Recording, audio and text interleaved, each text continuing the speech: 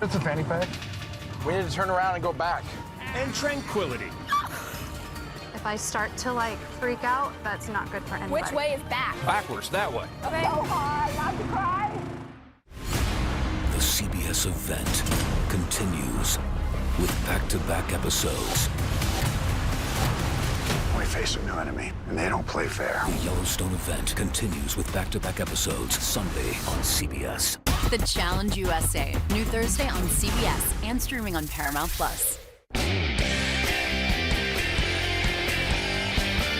It's sweater weather tonight, but it may be swimsuit weekend. I'll show you how we're warming up in your full forecast. Live from downtown Marquette, it's your 19 News. Good evening, everyone. I'm Mitchell Reif. Tonight on your WZMQ 19 News, Escanaba's Municipal Marina is considering a new development aiming to bring in more business near the water. And later in Dickinson County this weekend, Iron Mountain is hosting their annual walk to end Alzheimer's Saturday morning. And plus, we have a new information tonight on a developing story. The latest details on a potential conflict of interest in Delta County. Your 19 News at 11 starts right now. Live from the UP, this is WZMQ 19 News at 11.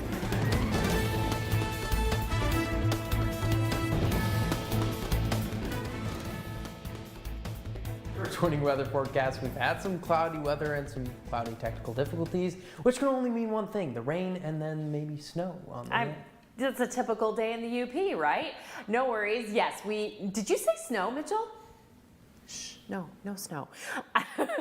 We have some possible drizzle this evening into our Thursday, and then we are looking at near record temps possibly this weekend. Temperatures on the rise throughout the week. We'll see the temperatures though hanging out mostly in the mid 60s tomorrow, and then today we saw, look at that, a temp of 65 out at the National Weather Service station just outside of Marquette. I've got your full forecast after the break. We have new information developing tonight on a developing story in Delta County. WZMQ's Escanaba Bureau reporter Lily Simmons has the latest details on a potential conflict of interest with the Conservation District and how the chairman of the County Board of Commissioners is responding. In 2017, Delta County purchased 1,400 acres of the Cornell Forest. According to Delta Conservation District Chair Joe Kaplan, that deal was made by District Manager Rory Matson and purchased through the Natural Resources Trust Fund. After Mr. Matson negotiated that on behalf of the county, he bought an adjacent 40 acres that had an easement right through the middle of it. On August 15th of this year, the County Board of Commissioners approved a modification to that easement, limiting public access to the land. Days earlier, the county administrator asked the DNR if modifying the easement would affect the county's agreement with the trust fund. The DNR replied 2 days after the modification was approved, saying it would almost certainly be a breach of the agreement. Commissioner Robert Peterson later said he had reached out to the DNR for additional information. But now Kaplan says this document presents another issue. The original amendment that was recorded didn't have a notary. Matson and Board of Commissioners Chairman David Moyle signed the document, dated nearly a month after the DNR's response. With this in motion, why would Rory Matson and Chair Moyle go and notarize this and record it without saying anything to anyone? It seems inappropriate while you're waiting for a response from the state. However, Moyle says it isn't an issue. The board authorized me to sign that document. It was signed that night, which is standard operating procedure, and it was turned in next week, so Rory wasn't trying to hide anything. And he stands by the board's decision, saying it's been beneficial for the county. He helped the county get 1,400 acres of prime hardwood property for $40,000. That's an investment for the people of Delta County because we can do managed cuts on that property for the taxpayers rather than turn to the taxpayers and say, hey, we got this problem, we need to deduct your taxes. Kaplan calls Matson's actions a conflict of interest. The Attorney General is reviewing the Conservation District's request to provide legal services in the matter. The Cornell Forest is a great community resource, so the best course of action, in my opinion, would be to invalidate that easement amendment and just go back to status quo, recognizing the public's rights to go through that piece of property. Our intention is to continue to talk about it publicly and bring a conclusion that's in the best benefit of the public. Lily Simmons, WZMQ 19 News, Escanaba. Administrators of Escanava's Municipal Marina are considering a new development to bring in more business. The Harbor Advisory Committee held a meeting to gauge the public's interest in establishing a restaurant and bar at the marina. The harbor master says while there are many people on both sides, the majority are actually in favor of the idea. He says the goal would be to bring more boat traffic and to boost local business.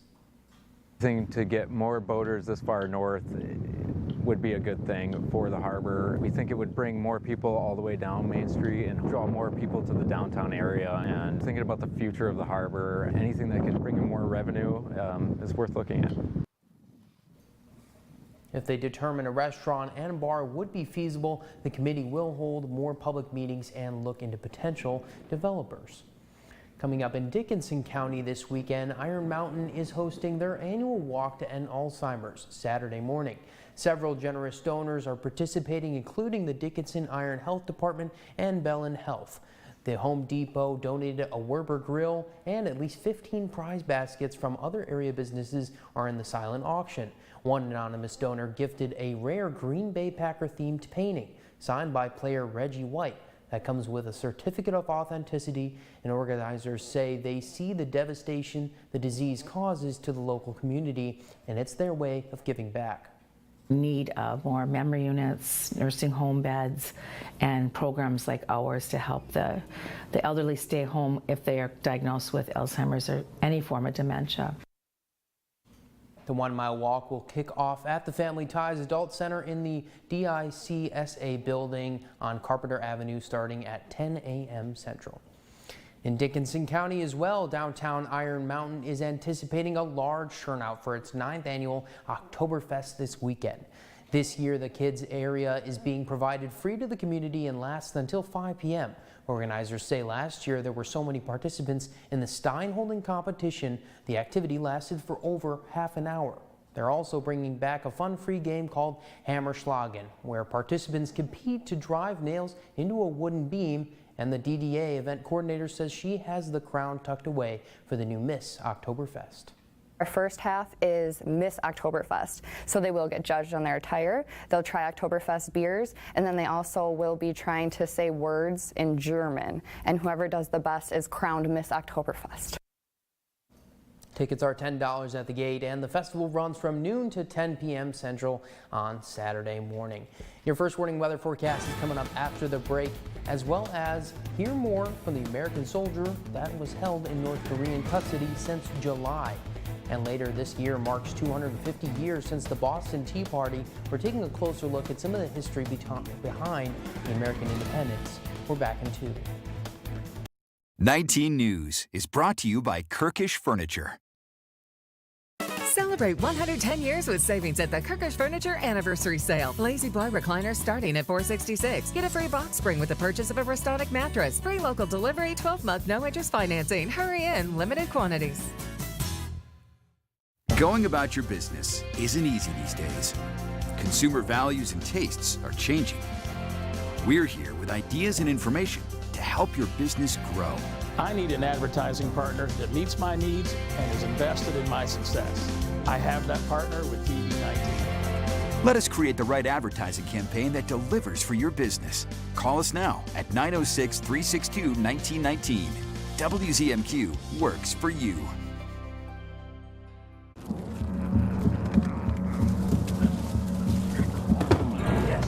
Yes. Oh, hi. I suppose you're wondering what an A-list celebrity like me is doing in a place like this. You must know, I'm saving the world. Oh, hi, Beth. Yep, saving the world again. Did you know that 40% of all the food produced in the United States is thrown away? That means everything that went into that food, the pesticides, the water, the land, was all for nothing. Just look at this perfectly good food thrown in the trash. The pizza with extra Cheerios, these goldfish and Band-Aid tacos. And just look at this perfect trash burger. This pasta dog looks delicious. You don't have to dumpster dive like Ed Begley Jr. to save the planet. Fight food waste by shopping smart and using what you buy before it gets trashed. That's way better. Ooh, arugula. Do your part and find out other world-saving tips at betterthaned.org. Whenever you need us, WZMQ 19 News is just a click away. Watch the latest 19 News anytime on the free WZMQ 19 News app.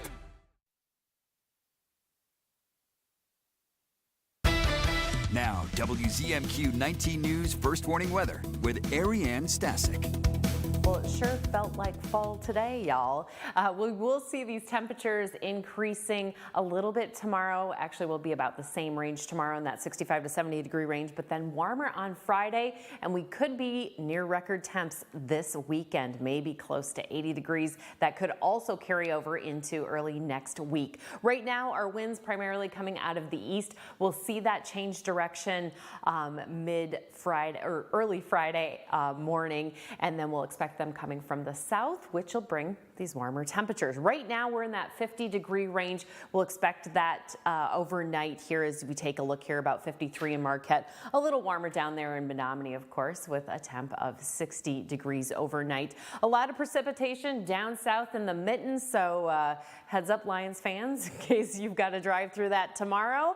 But right now, we've seen a little bit of sprinkles on that Wisconsin border the past couple of hours, maybe a little bit up north here. We're going to expect this drizzle to continue with us on Thursday. Let's take a look, though. Those clouds increasing overnight, and then, like I mentioned, a little bit of drizzle throughout the UP, scattered here and there, especially in Iron County early in the morning on our Thursday. Clouds eventually clearing out in the early afternoon hours. We'll expect mostly sunny skies over in the east, and then eventually making its way towards the west as we get into our Thursday evening, expecting mostly clear skies. And then Friday morning, starting with some clouds down south there, a little bit clearer in the eastern half as well. We could see some sprinkles here on Friday afternoon along that west coast there, but after that, we are looking fairly dry for the most part on our Friday evening. Let's get into, oh my gosh, a full moon. We are going to be in this harvest moon.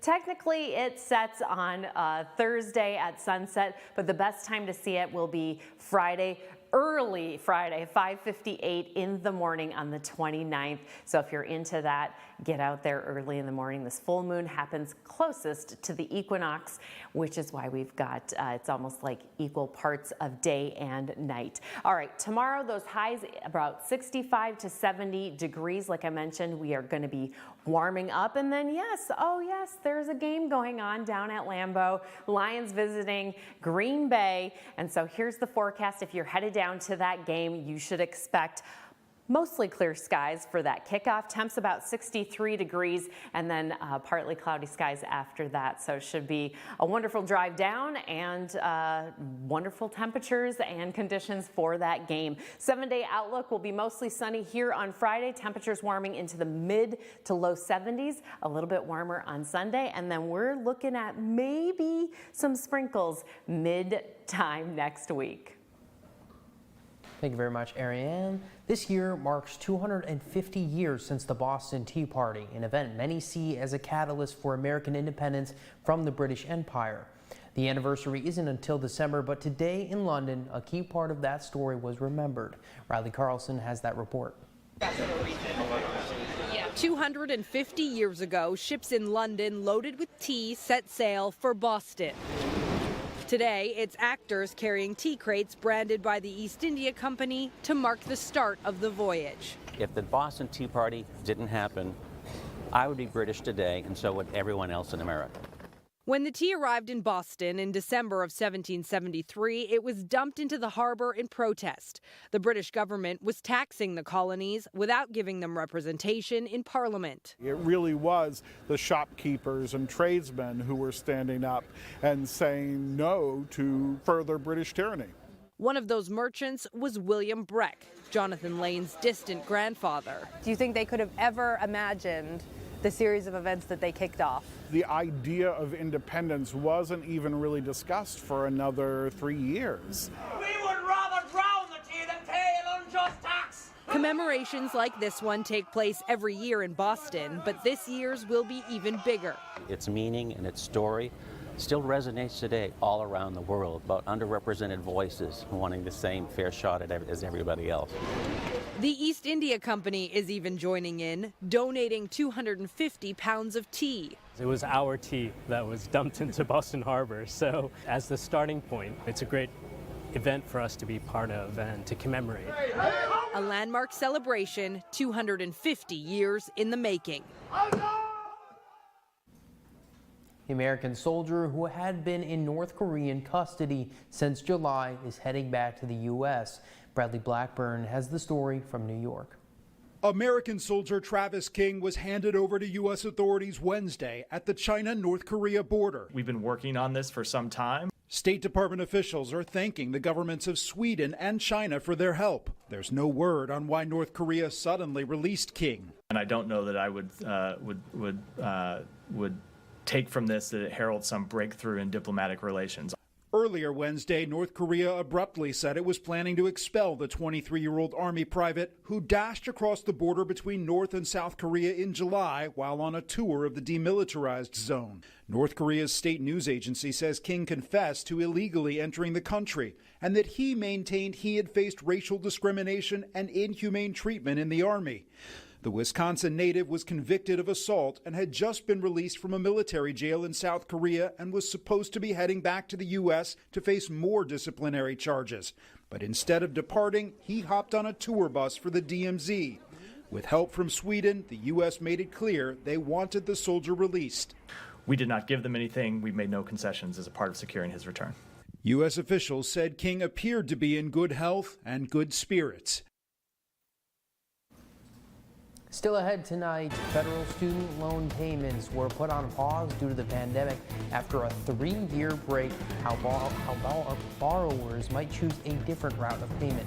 Plus, learn a little bit more about a massive recall issued on Hyundai and Kia involving over 3 million vehicles. We're back in 2. Pictionary here on WZMQ TV 19.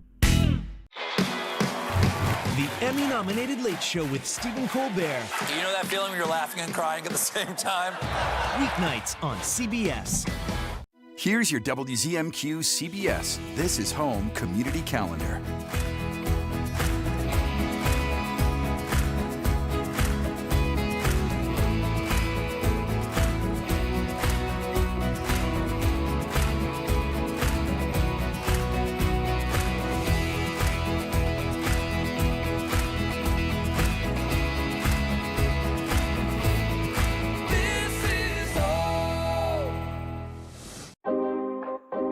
It's important to get a flu shot each and every year because flu viruses are constantly changing and immunity from the vaccine decreases over time. Flu vaccines are updated annually to work against that year's viruses. The best time to get your shot is in the fall, but getting it later can still help.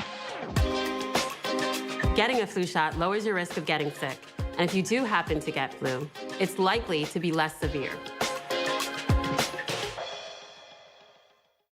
Kiss the cold weather goodbye and embrace the warmth and fun of the Caribbean without leaving your couch. One Caribbean Television is your Caribbean connection, whether you visit the Caribbean for fun or to renew family ties. One Caribbean Television keeps you informed 24/7. Get the latest news, weather forecasts, Caribbean entertainment, and carnival action. If you long for the fun and sun of the Caribbean, download our app now to watch One Caribbean Television on the go, live or on demand.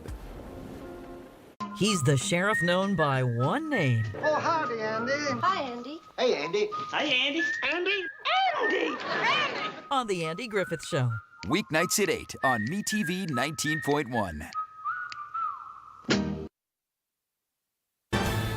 You're watching the award-winning WZMQ 19 News, live and local with Sarah Blakely.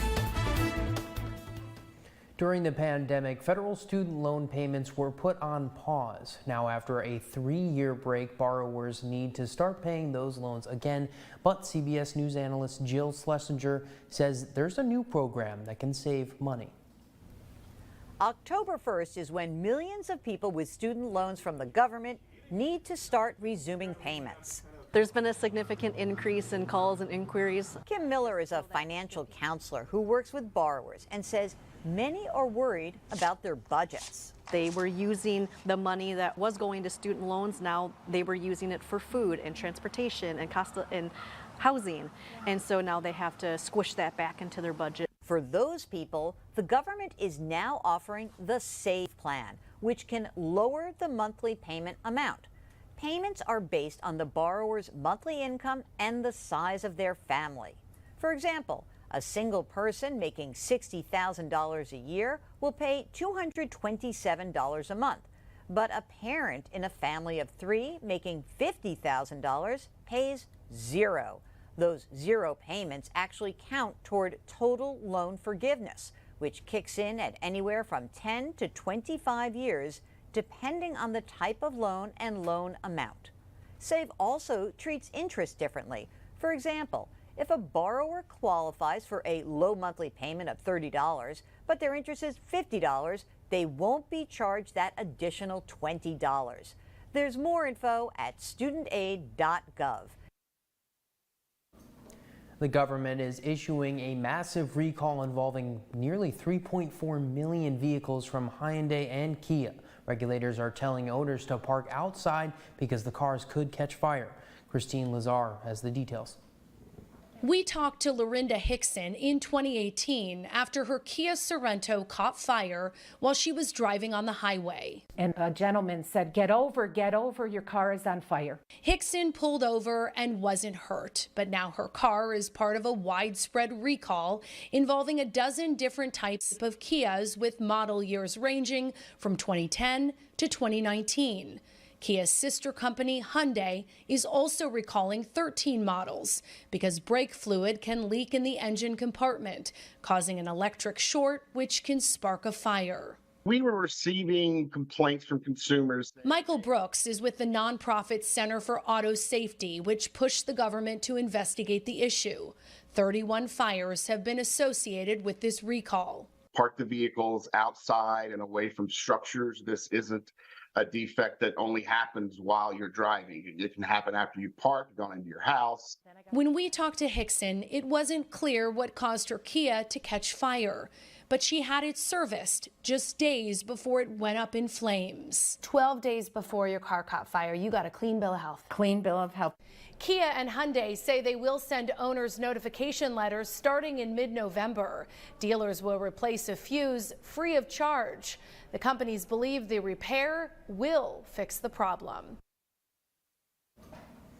7 candidates have met the polling and fundraising thresholds to qualify for tonight's Republican presidential debate. But once again, the front-runner for the GOP nomination, former President Donald Trump, will not be in attendance. The debate is being held at Ronald Reagan's Presidential Library in California.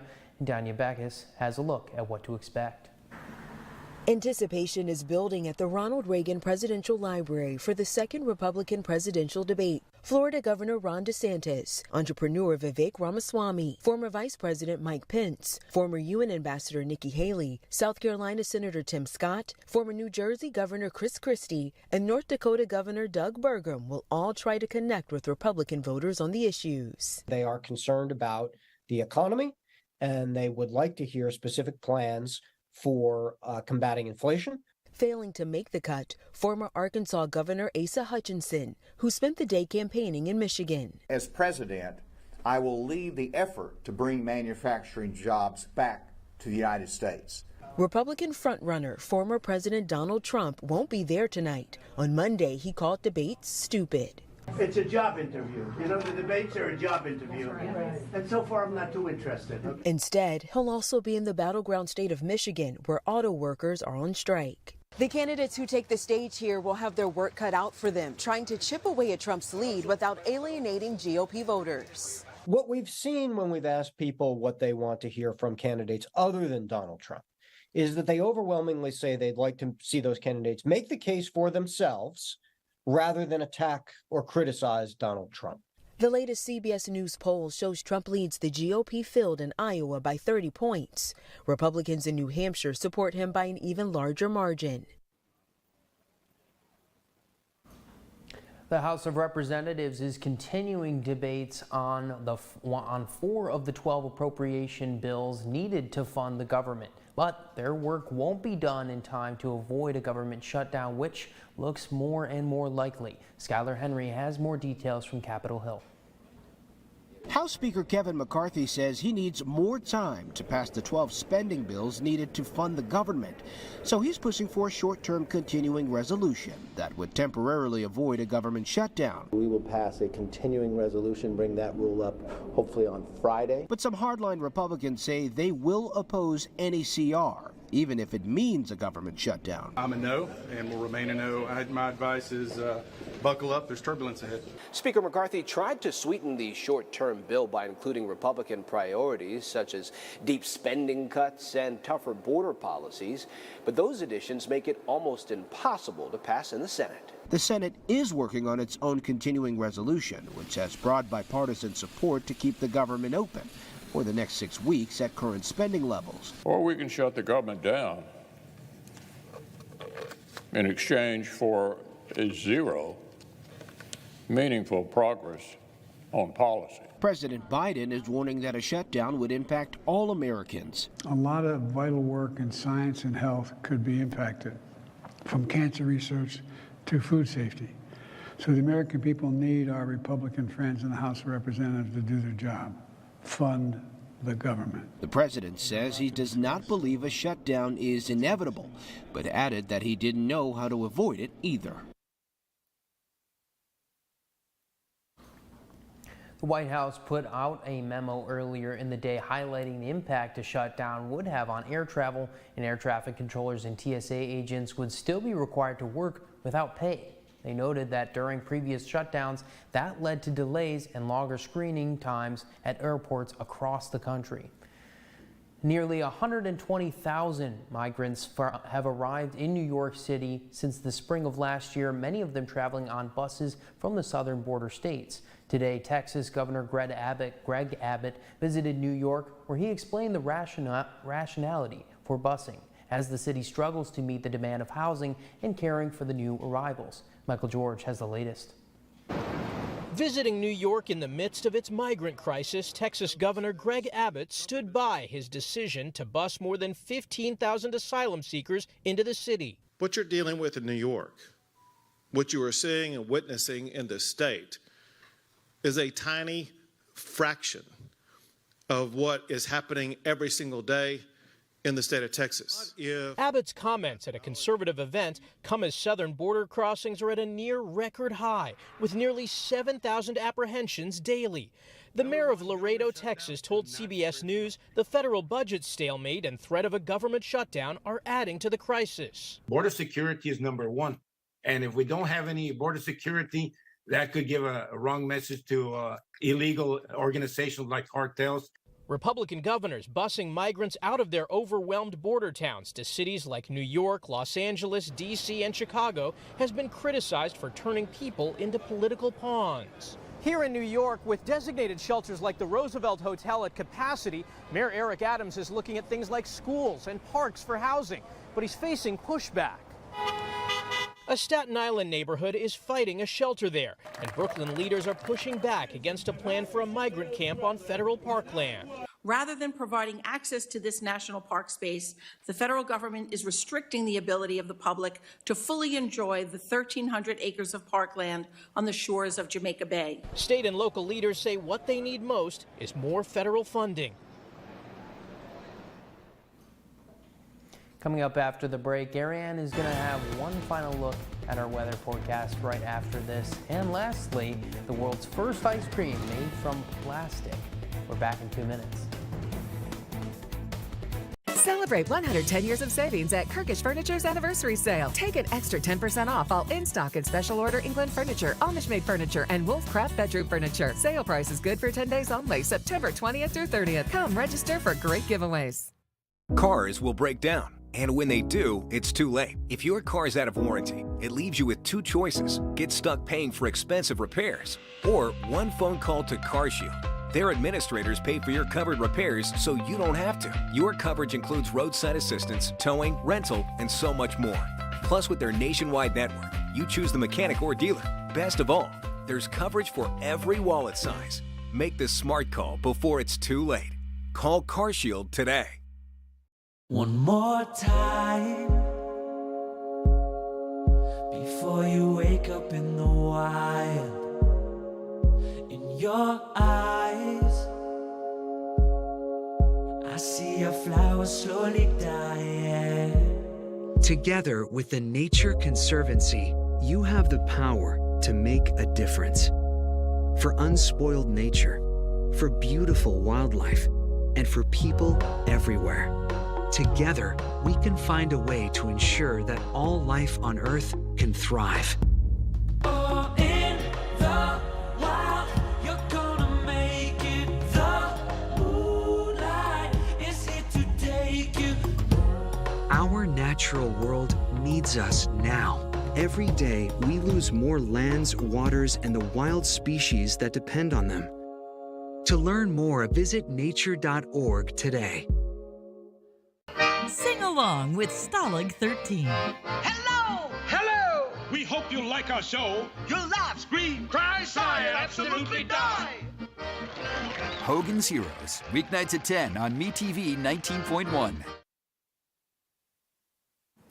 Conditions out there right now, mostly in that 50s. That's what we're expecting for our lows this evening, as well as the next couple of evenings. Tomorrow, we'll start with cloudy conditions, maybe some fog, and then those temperatures rising on up to the 60s, partly to mostly sunny skies for the day. Escanaba's got their homecoming parade, starts at about 5 o'clock. Should be great conditions for that. For the game, Marquette Senior High School visiting Escanaba for the homecoming game. Mostly sunny conditions, 63 degrees there at kickoff before things cool down just a little bit, but should be lovely weather for that. And then Saturday, Farmers Market looking really gorgeous, 72 degrees. We'll stick with those 70s into next week. And I got to give a shout out here to the Bad Hair Don't Care hiking crew. Check this out. Can you spot the boots? They're right here, but look at this lovely color that was out at Craig Lake just a few days ago. Mitchell, have you been out hiking yet? I have. Holy cow. Look at that. Look at those colors. I wish I could put that back up.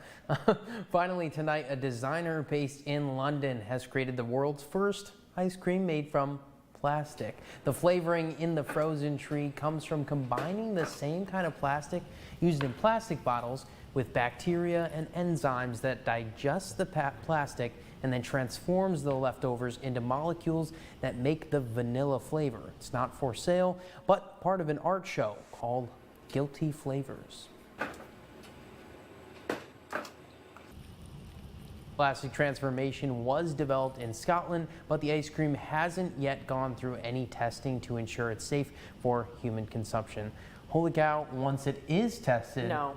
I will try it, 100%. I will definitely try it. I mean, I know we've got plastic in, lots of things right now, but just going right out there and going, yeah, I'll have a little bit of plastic. I'll take the dairy cow's ice cream. I'll try it out. We'll see you tomorrow.